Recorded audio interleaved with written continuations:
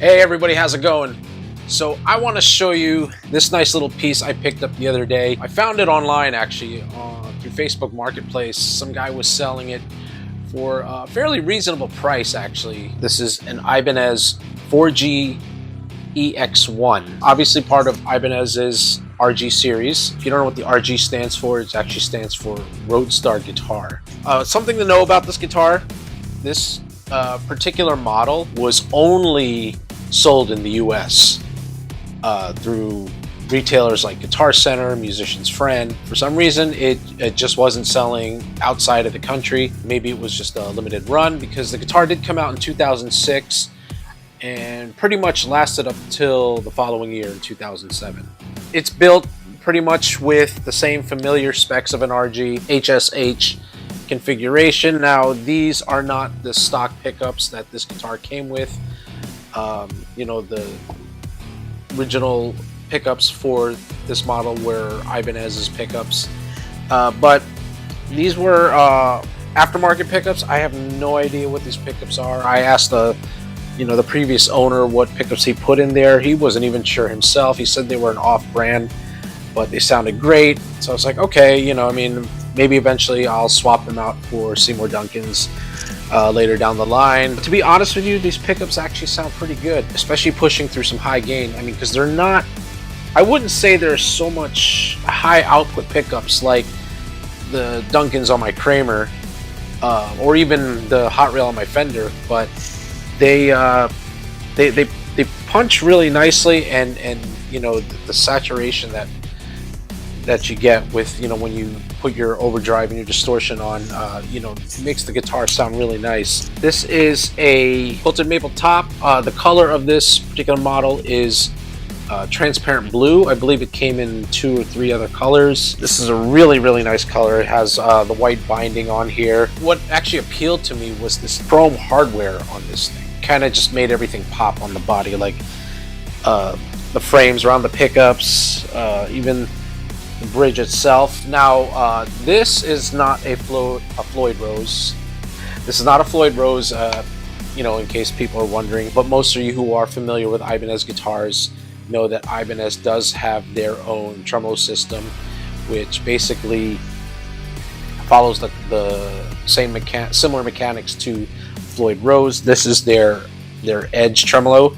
This is the Edge 3, which you can find on this particular model. Now, in my opinion, I've had Floyd Rose guitars before. Obviously, my Kramer right here has an actual Floyd Rose. This is the Floyd Rose 1000. I actually did a review on this guitar in another video. I can put the link down in the description below if you want to know more about this guitar.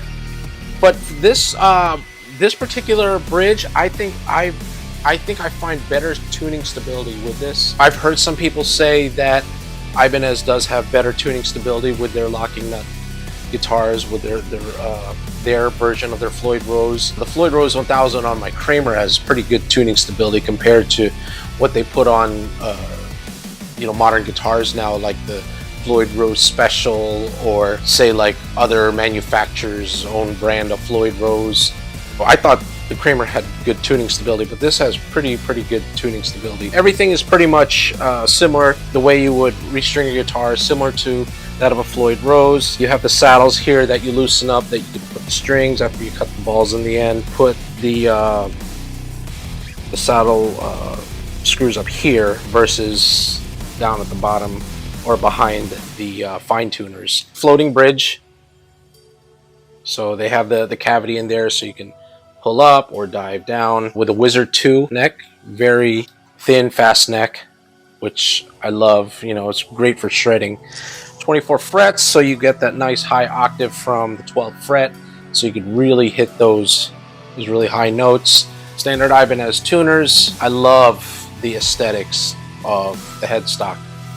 Now this is obviously your standard Ibanez RG headstock, but it's just the way that silver logo, the Ibanez logo here, on top of the transparent blue, gives it a really nice, sharp, really chic actually, but yet cutting edge. You got your chrome knobs, 5-way switch, just like on any other RG. It's got a push-pull, so you can split the coil. And of course, this is the popping style whammy bar, which I mean, if you ask me, I like the threaded washer on the end there, so it just kind of locks in nice and tight. But this just pops right in, but it's pretty, oh man. This pops in and snug and pretty much stays in there. So it doesn't go anywhere, I mean, unless I'm doing something crazy. Okay, so I'm gonna be running this to my pedal board. I'm gonna be using the JHS A Plus V2. This is the Andy Timmons signature. My amp is the Blackstar Amped 1. It's a pedal-sized amp that is also mounted on my pedal board. You know, if you want to know more about this thing, there are other videos you can check them out. No, but I actually did a kind of a review on this amp. I'll put a link in the description too, and you can check it out. The amp is basically running from the cab sim, using the cab sims from this amp into some powered speakers running into my interface, going right into my computer. I'm going to start with the clean tone.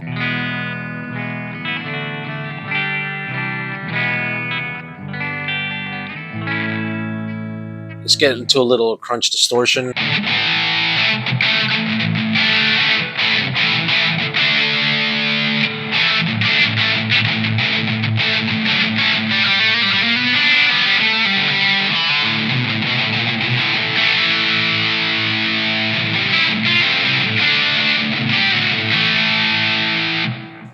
And then I'm going to kick in the boost on the JHS. This kind of is similar to a tube screamer circuit. So in other words, we're just going to do some gain stacking.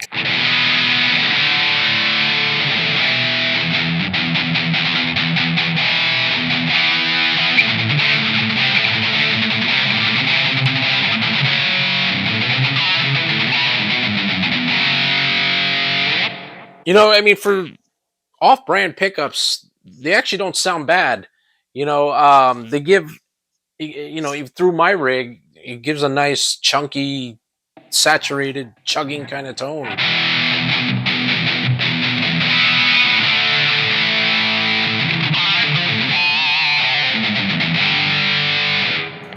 Let's see what the bridge pickup sounds like.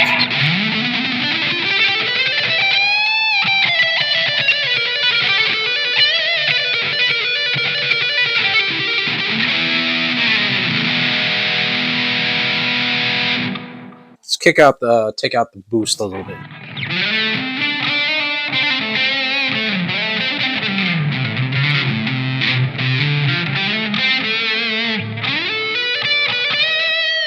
Pull the knob out. Let's split the coil here.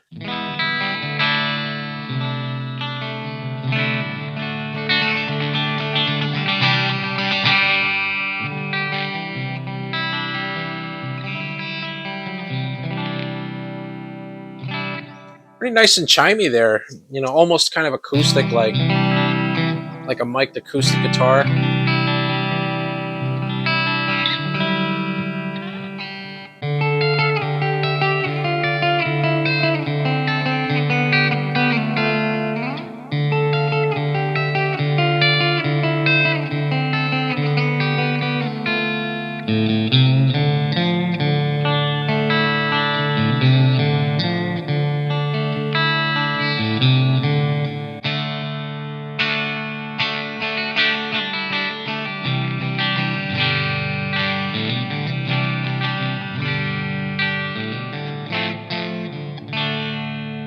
I do like how the pickups sound with the clean tone as well.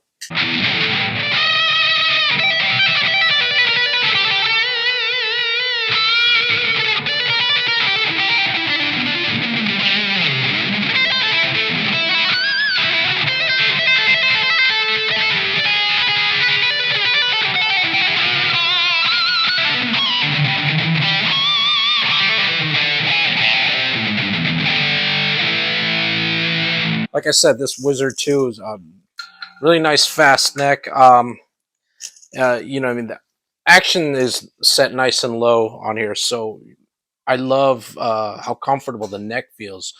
You know, my fingers glide really nicely on this.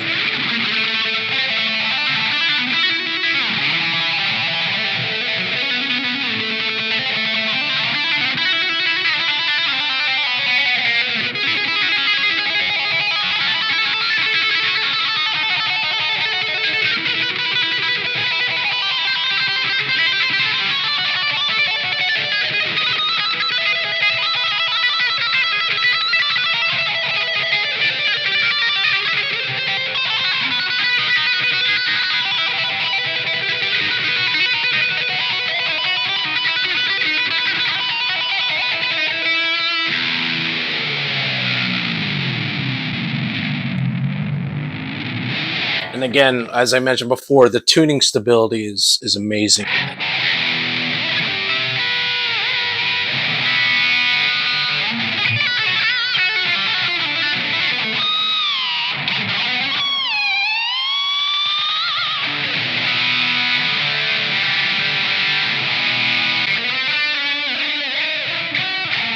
Well, there you have it. This is the Ibanez RG4EX1. You know, I've been through several different guitars. I've had Ibanez guitars in the past, and throughout all the guitars I've been through in the 34 years I've been playing, for some reason I always seem to gravitate back to Ibanez guitars. Because to be honest, you know, I don't think you can really go wrong with an Ibanez guitar. You know, whether it's an entry level like the Geo, to a really high-end prestigious guitar like the Prestige, or even the Gem, you know, which basically started it all with this particular model. Like I said, the Gem influenced the line of RGs down the line, and even the S series. I think they're pretty much rock solid, in my opinion. Their tremolo, their Edge series tremolo. I have never had a guitar with better tuning stability. I've had Floyd Rose guitars, and every now and then, you know, there'd be a little slight mismatch of tuning there, but you know, and the Floyd Rose 1000 on my Kramer is pretty solid, but every now and then, you know, the tuning drifts a little bit, but not often, but you do hear it. And I've abused the shit out of this thing, and you've seen it for a little bit in this video, and it stayed in perfect tune the whole time. The neck, you know, very comfortable, very fast. It allows me to shred up and down the neck without any fatigue, because the neck is so thin. It's not as thick as, say, like a Les Paul or something, where you really gotta kind of grip that neck. Especially I'm getting older, you know, I get these little pains in my hands or whatever. But anyway, the neck is just very comfortable on this. Aesthetically, it just looks cool. You know, this transparent blue and this quilted maple top and this chrome hardware. What can I say? Thing's a beauty. Hope you enjoyed that. Again, if you like the videos I'm posting here, please be sure to like and subscribe. I'll be posting more videos in the future. Till then, my name is Rick, and I'll see you later.